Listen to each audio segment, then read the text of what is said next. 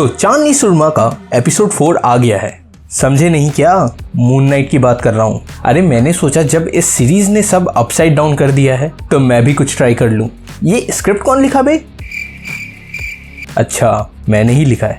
कुछ नहीं हो सकता मेरा।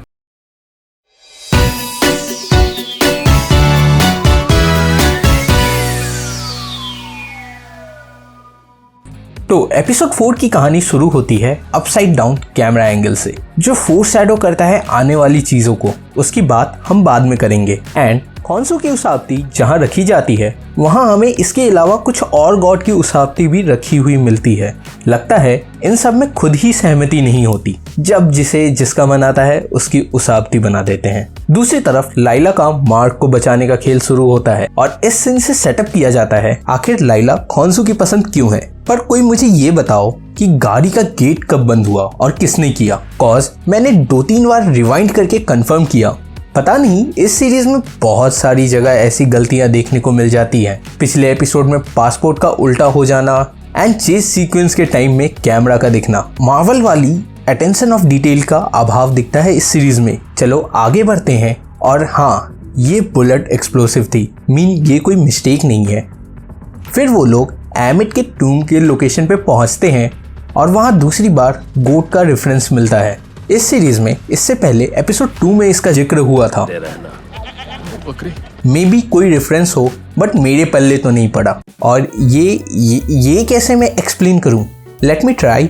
मार्क की एक पर्सनैलिटी है जिसका नाम है स्टीवन, जिसे लाइला पसंद है और लाइला मार्क की वाइफ है, जिसे मार्क डिवोर्स देना चाहता है उसकी सेफ्टी के लिए। कॉज खॉन्सू की नजर पड़ गई है उस पे। बट लाइला के दिल में कुछ होने लगता है स्टीवन के लिए। और जब वो उसे ये एक्सप्रेस करने जाती है तब स्टीवन उसे सारी बात सच बताते हुए रोक देता है।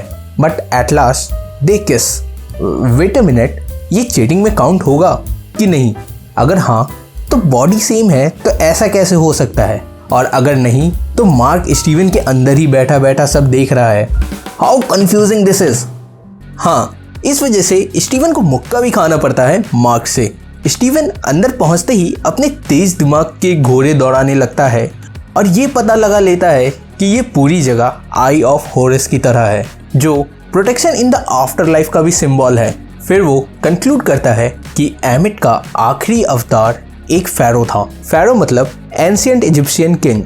फिर आगे बढ़ते ही उन्हें एक प्लेटफॉर्म दिखता है जहां लोगों को मॉमिफाई किया जाता है। वहां खोजबीन करते वक्त उनका एनकाउंटर एक हैका प्रिस्ट से होता है। और हैका प्रिस्ट वो प्राणी होते हैं जो कि उस टाइम के सॉर्सर थे जिसे फैरो के साथ ही दफना दिया जाता था। देखने में थोड़ा बहुत मुझे तुम्बाड़ वाले हस्तर की याद दिला गई। और उसके बाद दिखाया गया सीन लिटरली खौफनाक था।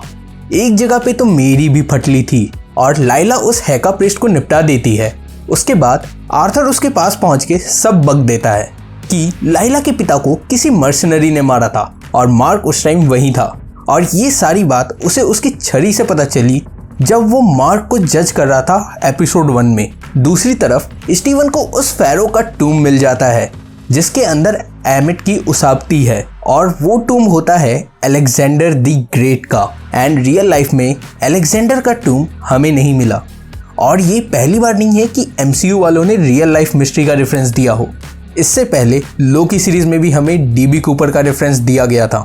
एंड स्टीवन को एमिट का उसाबती मिल जाता है और उसी टाइम लाइला मार्क को कन्फ्रंट करती है और मार्क बताता है उसके एक साथी ने लालच में आके उसके पिता और मार्क दोनों को गोली मार दी थी। एंड कॉमिक में भी कुछ ऐसा ही ओरिजिन दिखाया गया है मून नाइट का, जिसमें मार्क का साथी रॉल बसमैन ग्रीड में आके मार्क को गोली मार देता है। फिर खॉन्सू उसे जिंदा करता है और अपना अवतार बना लेता है। और इस बहस के दौरान आर्थर वहां आता है, मार्क से उसाबती मांगता है और उसी मुठभेड़ में आर्थर मार्क को गोली मार देता है। वेट अ मिनट, पावर तो मार्क की गई थी ना, तो आर्थर क्यों गोली मार रहा है? मे बी होगा कुछ बजट इशू। उसके बाद जो होता है वो लिटरली माइंड बॉगलिंग था। हमें दिखाया जाता है एक वाइट कमरा जहाँ पे सारे कास्ट जो एपिसोड 1 से थे सब वहाँ पे प्रेजेंट है और ये एक मेंटल असाइलम है। वहाँ टीवी पे एक फिल्म चल रहा होता है जिसका नाम था टूम बस्टर और उस मूवी के मेन लीड का नाम होता है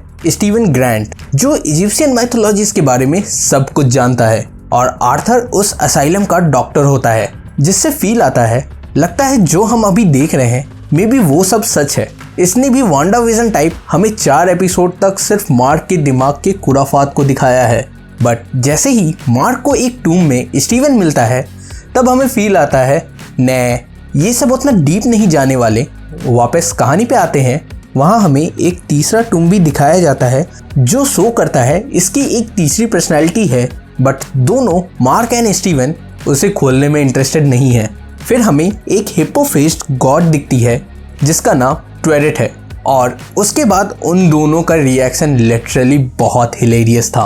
and may be next episode में ट्वेरेट जो God of fatality and child birth है वो मे बी मार्क की हेल्प करे रिजरेक्शन में। हाँ, यहाँ वो थोड़ा बहुत हैरी पॉटर वाला फील दे देगा। और हाँ, एक बार कॉमिक्स में भी ऐसा हो रखा है 2016 में आए हुए जेफ लेमेर वाले वर्जन में, जिसके लास्ट में हमें ये पता चलता है ये सब खॉन्सू ने करवाया था, जिससे वो मार्क को मेंटली और तोड़ सके और उसे मार्क पे कंट्रोल मिल सके।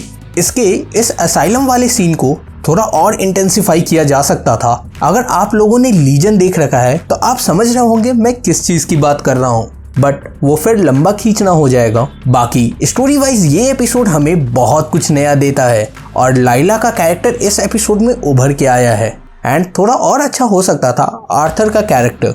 पिछले एपिसोड के मुकाबले इस एपिसोड में वो डल लगा। ऑस्कर आइजैक ने हर एपिसोड की तरह इसमें भी अपना बेस्ट दिया है, मतलब लिटरली वो कैरेक्टर में ना जान डाल देते हैं। बाकी इस बार से मैं वीएफएक्स के बारे में कुछ बोल ही नहीं रहा। अब देखते हैं अगले 2 एपिसोड में हमें क्या क्या दिखाया जाएगा। मे बी अगले एपिसोड में हमें मार्क खुद को माया जाल से निकालते हुए एंड देन खॉन्सू को छुड़ाते हुए दिखे, और लास्ट एपिसोड में एपिक पे ऑफ।